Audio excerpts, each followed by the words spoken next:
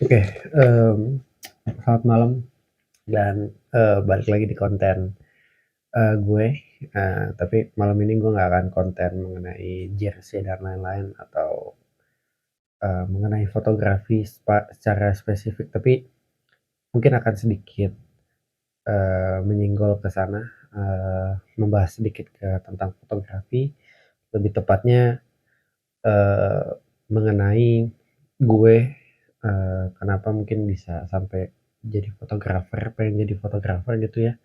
Terus gue ambil kuliah di, universitas yang menyediakan, program studi fotografi gitu ya, dan sebenarnya it's okay kalau gue bahas mengenai fotografi karena, gue di kampus itu salah satu brand ambassador. Jadi, yang tugasnya untuk, apa namanya,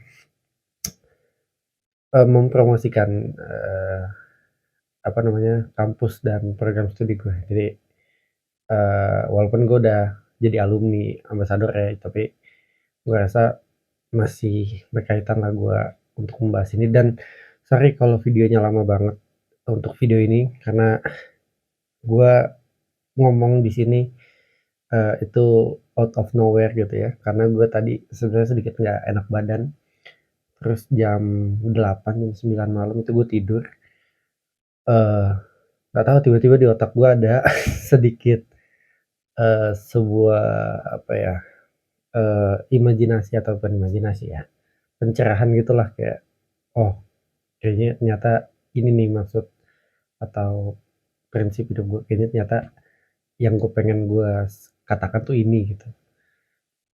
Jadi gue sambil makan ya, gue itu tadi, ini paynya kakak gue, dia lagi bikin ginian enak banget. Lalu gue kuliah di program studi fotografi. Sebenarnya ngambil jurusan, fotografi gitu, gue nggak ada tentangan atau halangan gitu ya untuk masuknya, karena orang tua gue cukup sangat suportif gitu ya untuk ngebolehin anaknya kuliah di, jurusan seni gitu ya. Karena kayaknya kalau kita tahu banyak orang tua yang kalau mikir kalau mau kuliah, ya lu kuliah yang, manajemen, hukum kayak gitu-gitu kan masih ada gitu ya mungkin orang tua kayak gitu. Walaupun sekarang udah nggak kayak dulu lagi, nggak sebanyak dulu, tapi masih ada lah gue rasa yang masih kayak begitu gitu kan. Cuman, orang tua gue cukup, suportif untuk ngebolehin gue kuliah di, jurusan seni gitu kan, apalagi fotografi spesifiknya. Mmm, Kenapa gue akhirnya milih, eee, fotografi sebagai, eee, jalan pertama gue untuk, dalam kehidupan untuk cari uang dan untuk hidup gitu ya. Karena sebenarnya fotografi itu cukup adalah media yang paling dekat dengan gue, eee, dalam apa ya, gue waktu masih kecil tuh udah sering motret, gue udah sering, bukan motret untuk dibayar ya, tapi untuk foto keluarga, untuk, lagi kegiatan keluarga tuh yang megang kamera itu selalu gue gitu. Jadi, mungkin sedikit terasa gitu, eee, apa namanya, kemampuan gue dalam memotret atau melihat visual itu udah terasah, sedikit lebih terasah gitu, ketimbang orang lain gitu. Jadi gue pikir, "Oh ya udah gue ambil fotografi aja." Dan memang ketika gue SMP, gue udah mulai, memotret bukan motret, gue waktu itu mulai pertama karena gue nonton YouTube, terus ada yang namanya waktu itu lagi booming yang, disebutin adalah vlog kayak gitu. Vlog tuh lagi booming gila-gilaan, akhirnya gue minta, waktu itu bokap nyokap gue, punya rezeki untuk beliin gue kamera, akhirnya gue beli kamera, dan satu laptop untuk gue ngedit. Akhirnya gue belajarlah software dan lain-lain, akhirnya bisa. Jadi gue mulai motret itu dari SMP, sampai SMA. Pas di SMA tuh emang gue udah dipercaya sama sekolah gitu ya, di salah satu ekskul. Bahkan gue waktu itu, di sekolah gue kan nggak ada ekskul fotografi, tapi gue ajak teman-teman gue ya beberapa orang yang suka fotografi untuk, kita bikin yuk, grup atau tim fotografi di sekolah." Akhirnya waktu itu, apa namanya, terbentuklah, satu ekskul yaitu klub fotografi. Cuman, waktu itu ketuanya gue, tapi waktu itu gue masih sangat muda banget dan sampai sekarang juga, sebenarnya permasalahan masih sama, yaitu kemampuan gue memimpin, orang banyak. Itu masih gue pelajarin sampai sekarang. Cuman dulu ketahuan banget gue masih sangat nggak bisa meng meng apa, meng-handle orang banyak. Akhirnya ya udah, kadang jadi satu kegiatan gue adain tapi jadinya nggak berantakan, tapi ya udah kejadian cuman gitu doang gitu. Kayak lu kalau tahu, apa namanya, sebuah apa, kegiatan yang kayaknya kejadian cuman ya udah karena panitianya cuman ngerjain, ya udah gitu aja gitu. Kayak gitu, lebih lebih ke situ, nggak berantakan tapi cuman ya udah kayak gitu aja. Bahkan itu sebenarnya cuman acara kayak lomba foto doang, tapi, nggak begitu jadi menarik gitu akhirnya. Ya tapi itu satu sisi lah. Lalu, di SMA itu gue udah mulai motret, terus gue adalah, fotografer utamanya untuk, ekskul Hizbul Waton. Hizbul Waton tuh semacam kayak pramukanya, eee, di pramukanya di sekolah gue di Muhammadiyah gitu. Jadi, mmm, ya kayak pramukanya lah gitu utamanya, dan yang fotografer utamanya gue. Tim dokumentasi sebenarnya bahasanya, bukan fotografer ya. Akhirnya itulah, kejadian. Akhirnya juga ketika di SMA juga udah mulai motret untuk masjid, untuk dokumentasi kegiatan-kegiatan di, orang-orang di sekitar di rumah gue, di komplek, perumahan gue kayak gitu, bukan komplek perumahan sih sebenarnya, di rumah gue lah, untuk RT, untuk RW kayak gitu tuh, gue udah sering dipanggil loh buat jadi fotografer gitu kan. Untuk tim dokumentasi lah bahasa bahasa gampangnya ya gitu, karena kalau fotografer kayaknya terlalu tinggi pada saat itu. Eee, Pas SMA gue udah mulai dapat lah uang jajan sedikit-sedikit lah dari, apa namanya, dari kanan kiri, paling cuman 50 ribu 50 ribuan gitu, tapi ya lumayan lah untuk senang-senangin anak-anak gitu.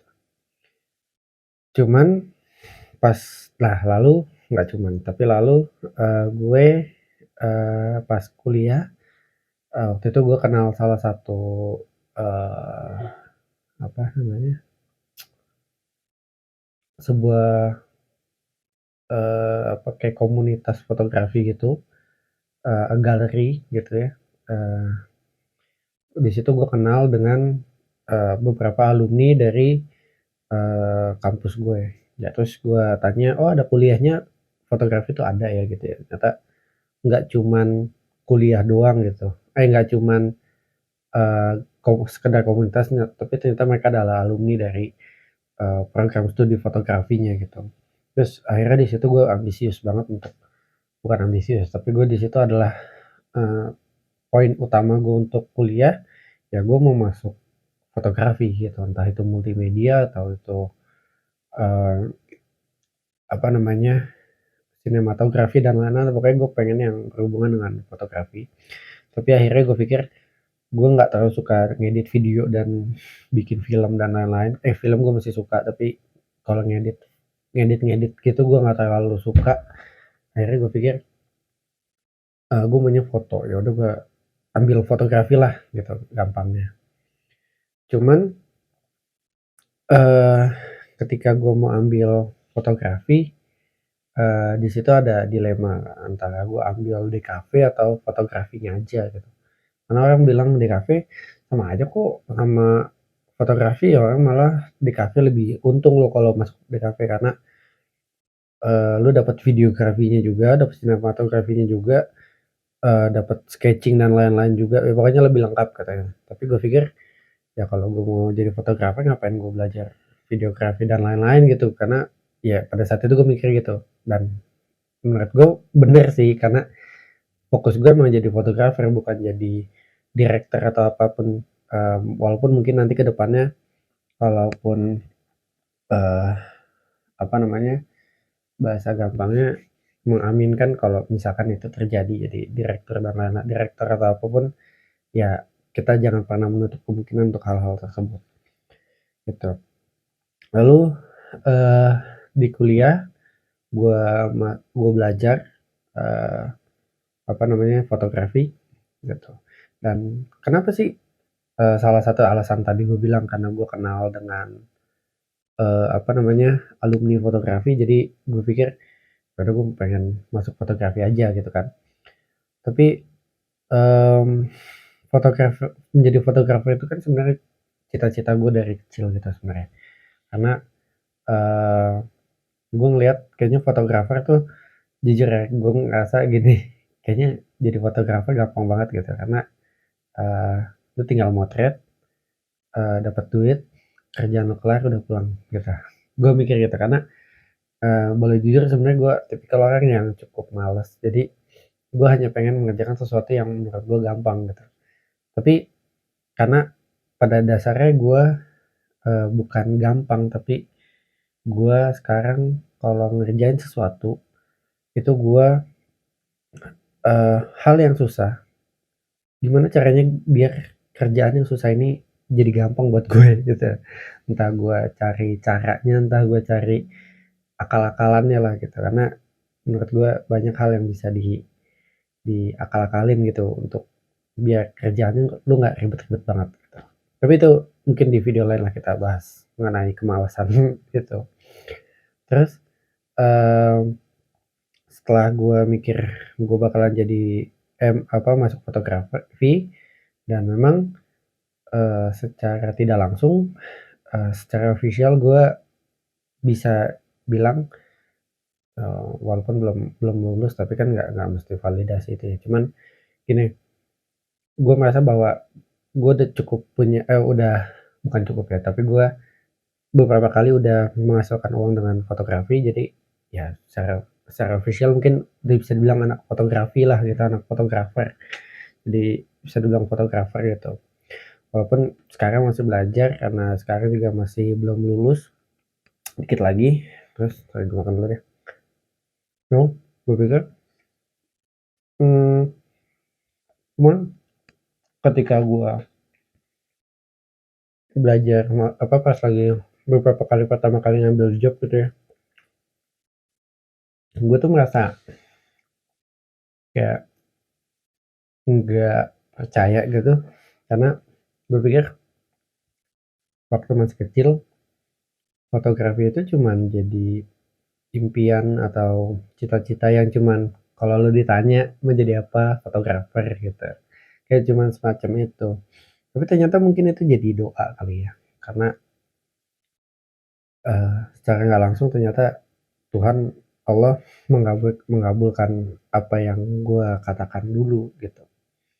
Terus eh tapi kenapa ya gue ngerasa orang ada yang berhasil mencapai cita-citanya, walaupun gue nggak tahu cita-cita gue jadi fotografer ini bertahan lama sampai mana dan sampai kapan gue jadi fotografer. Entah gue, ya amit-amit, banyak hal kita nggak tahu, kita banyak hal kita nggak tahu, gue nggak mau sebutin karena gue takut itu jadi doa. Jadi banyak hal lah gitu pokoknya, kalau misalkan kita mau ngomong yang sedikit ekstrim. Tapi gue pengen ngangkat kenapa gue jam segini bangun dan gue bikin video ini adalah mungkin karena ini. Mungkin conversation-nya atau obrolannya akan jadi pas ketika gue ngomong mengenai kenapa ya ada orang yang berhasil atau bisa mencapai mimpinya, dan ada orang yang gagal dalam eh, mencari mimpinya gitu. Tentu kita tahu bahwa kalau semacam, kalau lu mimpi kayak gue kan dulu pengen jadi pemain bola gitu ya. Tapi mungkin ada banyak, ada ribuan orang yang jutaan orang mungkin di dunia ini yang bermimpi jadi pemain bola. Tapi mungkin karena faktor yang memang dia tidak bisa kendalikan, katakanlah cedera dan lain-lain, yaitu beda cerita ya. Jadi kita itu beda cerita, bukan bukan soal bukan bukan untuk ini video, bukan percakapan ini bukan untuk di video ini gitu. Itu hal berbeda, itu ya mungkin takdir dan lain-lain, dan mungkin Tuhan punya cara lain yang bikin lo bisa bikin lo bahagia lebih lain di lain hal gitu. Jadi positive thinking aja jadinya. Cuman, eee, kenapa ada orang yang berhasil gitu mencapai mimpinya?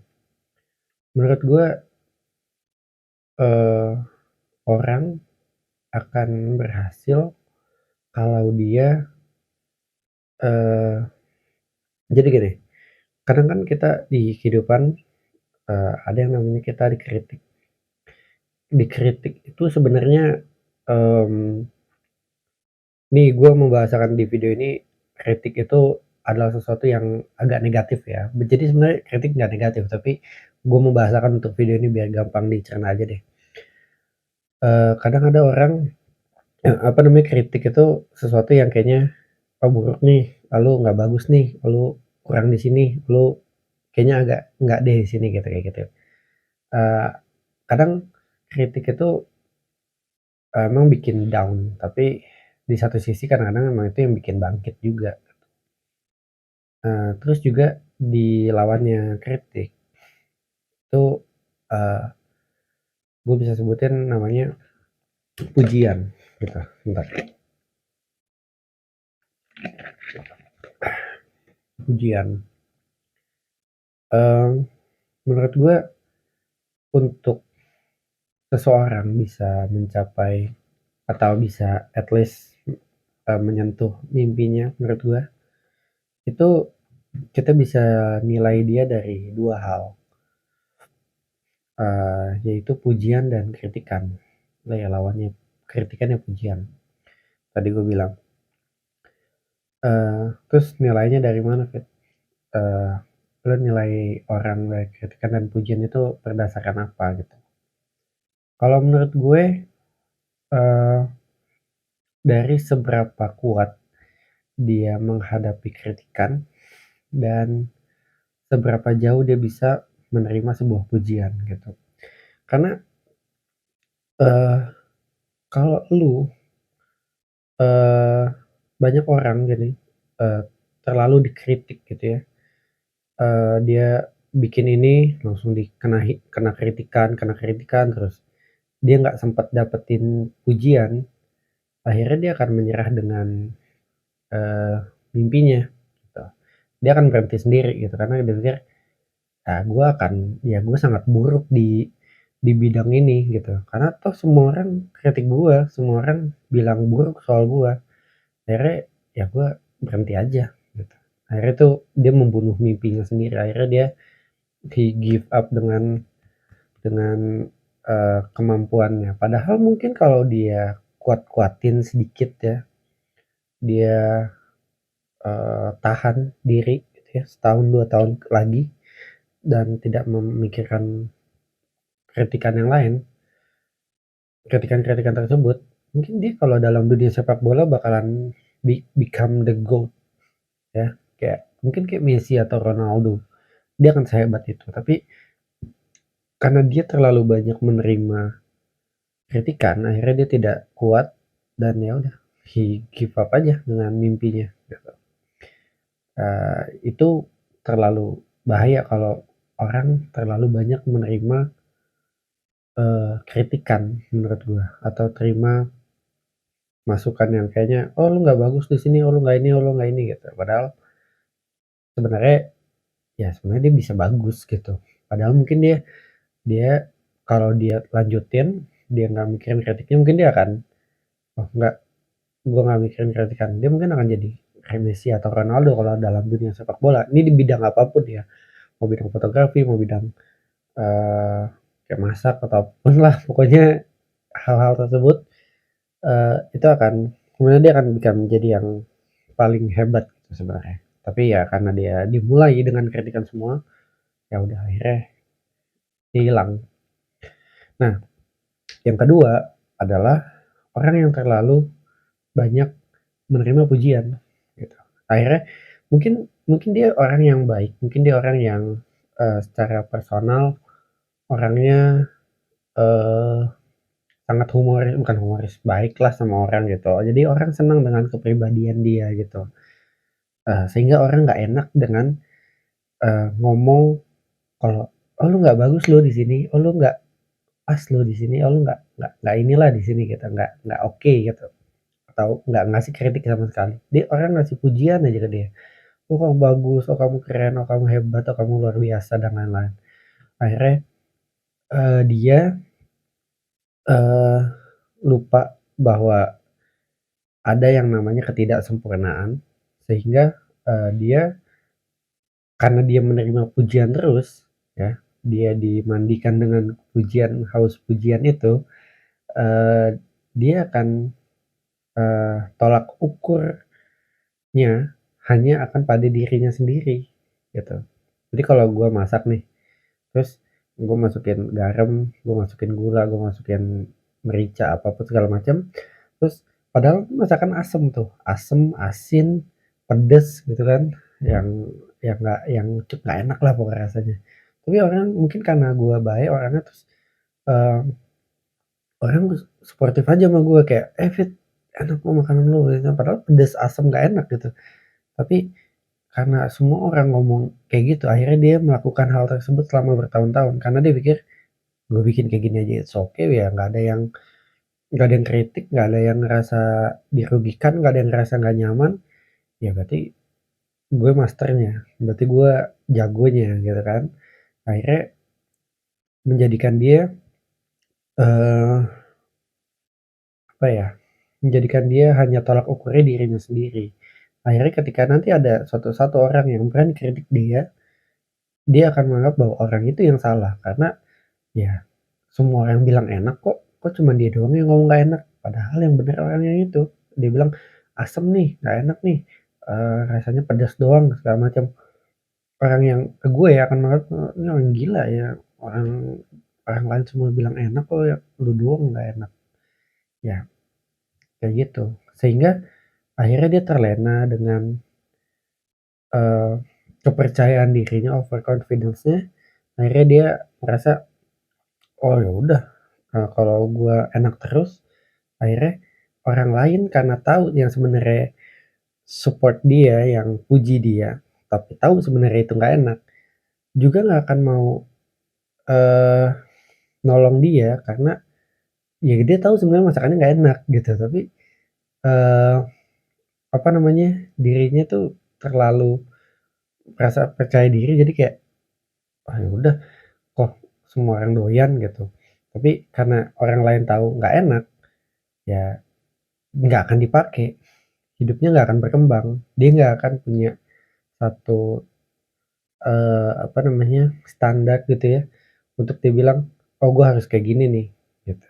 "Gua nggak boleh kayak gini, gua harus kayak gini." Nah, akhirnya ya dia akan ya akhirnya kan kayak gitu gagal sendiri sebenarnya, akan fail sendiri di ujung-ujungnya gitu. Jadi menurut gua untuk lu memulai atau lu punya anak atau lu punya temen yang dia lagi mulai sesuatu, lu harus lihat dia dari 2 hal ini menurut gua. Seberapa kuat dia menghadapi kritikan dan seberapa, jauh dia bisa menerima pujian. Karena kalau hanya satu sisi, dia dapat kritikan aja, dia akan menyerah dengan mimpinya atau dengan impiannya gitu. Tapi kalau dia terlalu dipuji terus, nggak ada kritikan sama sekali, dia akan hilang sendiri nantinya. Karena dia merasa dirinya bener gitu, ketika ada orang yang bilang salah, dia nganggep orang lain yang salah, bukan dirinya yang salah, gitu. Karena sebenarnya kan kalau kita, apa namanya, memulai sesuatu kita harus lihat, eee, apa yang orang lain katakan dan apa yang orang lain puji juga gitu. Pujian itu juga penting buat kita, karena aku bilang tadi kalau lu dikritik terus ya habis lu gitu, lu belum punya mental, dikritik ya lu hancur gitu, gue yakin tuh kayak gitu. Nah, itulah kenapa, terus, hubungannya apa sama lu kuliah di fotografi gitu. Jadi pas di SMA, gue udah mulai kerja segala macam, karena mungkin, banyak orang yang kerja apa, bayar gue cuma 50.000 dia nggak enak dan terus dia pikir, "Ya udahlah fotonya mau jelek mau bagus, dibagus-bagusin aja lah," gitu kan. Dibilang oke-oke aja nggak usah gue kritik karena mungkin gue nggak punya uang segala macam, jadi ya udahlah terserah dia apa yang mau dia lakukan gitu lah. Eee, Sama si CV dia lakukan terserah lah, terserah dia mau ngapain kek, yang penting gue dapet foto aja gitu. Akhirnya kebanyakan pada saat itu orang banyak yang suportif, banyak yang, "Oh ya bagus ya gini gini gini, foto lu keren, foto lu gini, foto lu gini." Eee, Cuman, untungnya adalah gue menemukan kesadaran bahwa, gue perlu kritik nih, karena banyakan orang emang pada saat itu, ya puji-puji aja gitu, walaupun gue tahu sebenarnya kayaknya fotonya amburadul gitu, mereka tapi gue coba mikir, gimana caranya gue biar, eee, dapat kritikan justru, karena gue pikir pujian udah gue dapet ya tinggal kritikan gitu, kayak gue butuh kritikan. Ya akhirnya gue pikir, gue masuk ke pendidikan, ya gue masuk ke program studi fotografi dan kritikan itu ya gue representasikan kepada, eee, mentor gue atau dosen-dosen gue di kampus, di mana mereka, pasti kalau fotonya nggak bagus, mereka kan juga udah paham dengan fotografi gitu, mereka belajar puluhan tahun juga gitu untuk bahkan kerja puluhan tahun di dunia fotografi gitu, eee, mereka tahu mana yang benar, mana yang salah gitu, mana yang enggak, mana yang iya gitu kan. Akhirnya gue masuk fotografi dan bener, eee, dosen-dosen gue tuh gue jadikan tolak ukur foto gue udah bagus apa belum ya, foto gue udah, oke apa belum ya. Karena ketika gue, belum kuliah, gue ngerasa foto gue bagus-bagus aja gitu, tapi ketika ada orang yang bilang jelek, gue bilang, "Apaan sih lu nggak ngerti foto, orang gue udah sering moto kok," gitu kan. Tapi ketika gue di kuliah, mungkin kritikan mereka ketika sama dosen gue, dosen-dosen gue ngeritik, mereka mungkin punya cara yang lebih elegan untuk mengkritik. Jadi nggak bilang foto lu jelek, tapi mereka akan mengatakannya lebih ke ilmiah atau lebih ke bahasa dosen lah, bahasa guru, bahasa mentor gimana sih, kayak, "Oh Fit lu kurang ke sini loh, lu kalau mau ini, lebih baik kayak gini kayak gini kayak gini. Kalau lu mau bikin kayak gini, lu harus kayak gini kayak gini kayak gini. Kalau lu mau kalau lu nggak mau kayak gini, lu harus gini gini gini." Jadi itu jadi mentor, jadi itu jadi bahan kritikan gue, oh bahwa, oh iya penting ya gitu ternyata. Dan kenapa gue pikir justru malah bagus memang bagus gitu untuk lu dikritik di kampus ketimbang lu dikritik di mana, di luar kampus atau di mana namanya, di tempat kerjaan. Karena gue pernah motret untuk sebuah baju gitu ya, jadi warna bajunya ini cukup beda. Kalau ini kan hitam doang, hitam ya gampang lah kita moto hitam mah. Tapi kalau gue moto waktu itu warna ijo telur asin, warna ijonya agak ijo telur asin. Di foto kalau di lampu, itu nggak dapet warnanya, nggak sama persis gitu, beda, dia hampir malah biru gitu warnanya.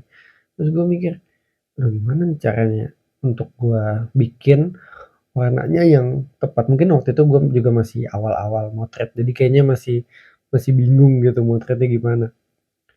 Di depan muka gue, si orang yang jual baju ini ngomong, "Lu denger ya, gue nih jualan baju." At least bahasanya kayak gitu, mungkin sedikit lebih slow, tapi yang gue rasakan pada saat itu dia ngomong gini, "Lu denger gue ya, gue jualan baju, bukan jualan muka model, oke? Gue nggak peduli ekspresi model mau senyum, mau kayak apa, mau dia nangis, mau dia, apa namanya, cembetut, terserah. Tapi yang penting baju gue pengen baju gue warnanya kayak gini. Gue nggak mau bajunya nggak mau warna lain yang muncul di kamera lo." Wow, kalau gue langsung dulu digituin, ya dan gue tidak pernah menerima pujian, mungkin gue akan jadi apa sekarang, kan gue nggak akan jadi fotografer lah gitu. Mungkin gue akan, ya udah jadi yang lain aja, karena gue akan mikir, "Anjir gue di ini, berarti kan gue jelek banget nih fotonya," gitu. Tapi karena gue tahu itu adalah sebuah kritikan yang sedikit lebih keras, sebenarnya dosen gue juga mungkin dulu pernah mengatakan hal tersebut, tapi, eee, yang ini lebih keras aja gitu, karena dia berhubungan dengan gue dan gue dibayar gitu. Akhirnya gue pikir, "Wah, kalau gue pada saat itu di tahun awal udah pasti udah hilang duluan, gue pasti udah give up dengan mimpi gue jadi fotografer juga," gitu. Karena ya gila digituin tuh, untuk fotografer pemula tuh kaget gitu. Cuman ya udah, gue jadikan itu sebagai kritikan aja, dan gue tidak menganggap, walaupun dia nggak ngerti foto, tapi gue tidak menganggap dia salah gitu, karena memang bener, gue bahkan menyadari aja sampai sekarang kayak, ya emang salah gitu loh. Jadi ya udah, gitu. Tapi kalau misalkan pada saat itu gue juga terlalu banyak menerima pujian dan gue terlena, ya pasti gue akan hilang sendiri, karena nggak akan ada yang mau bayar gue, karena gue nggak mau ngedengerin orang, ya kan, gitu. Karena gue nggak mau nerima kritikan, ya udah, lu, akan hilang dengan sendirinya, gitu. Jadi, buat lu, ini sebenarnya kita jadiin bahan diskusi aja sih. Ini diskusi yang menyenangkan menurut gue, karena jarang-jarang gue ngomongin hal-hal seperti ini, dan mungkin di bawah kita boleh sambil apa namanya, sambil ngobrol atau sambil chat, pasti gue balas kok. Kalau ada komen-komen pasti gue balas. Dan, satu pesan sih dari gue buat lu yang selalu nerima kritikan, eee, sebelum kritikan itu menyakiti fisik lu, jangan nyerah gitu. Jangan jangan berhenti gitu, dan jangan give up dengan mimpi lu dulu gitu. Karena gue bilang, lu bisa aja jadi Messi atau Cristiano Ronaldo di dalam bidang lu gitu. Mungkin akan menjadi yang terbaik. Tapi juga kalau buat yang selalu menerima pujian, ya lu harus lihat kanan kiri lu harus lihat sekeliling lo, bahwa ada, lu mungkin dibangun dengan pujian, tapi lu harus lihat sekeliling lo, ada yang dibangun dengan kritikan. Dan orang yang dibangun dengan kritikan dan pujian, itu buat gue jatuhnya lebih sempurna, karena dia tidak dihancurkan secara mental, mentalnya tidak hancur-hancur banget, tapi secara, eee, apa namanya, logika, dia juga masuk akal, "Oh, kalau gua dikritik begini ya memang salah gua," gitu. Dia nggak memungkiri bahwa dia melakukan kesalahan dan dia tidak terlena dengan pujian yang, dia dapetin, gitu. Mungkin, eee, mungkin video ini bukan untuk fotografi aja, tapi untuk, eee, apa namanya, mmm, bidang-bidang lain gitu. Mungkin lu masak, mungkin lu musik, mungkin masak, musik gitu kan, mungkin lo apalah gue nggak tahu, mungkin di bidang lo. Jadi sebenarnya ini video untuk kita semua, untuk kita semua gitu, oke? Mungkin itu aja sih video untuk gue malam ini, dan semoga dan sampai apa ya bahasanya, dan selamat menggapai cita-cita, oke? Bye. Menggapai cita-cita kayak anak kecil banget. Oke, bye, thank you, selamat malam.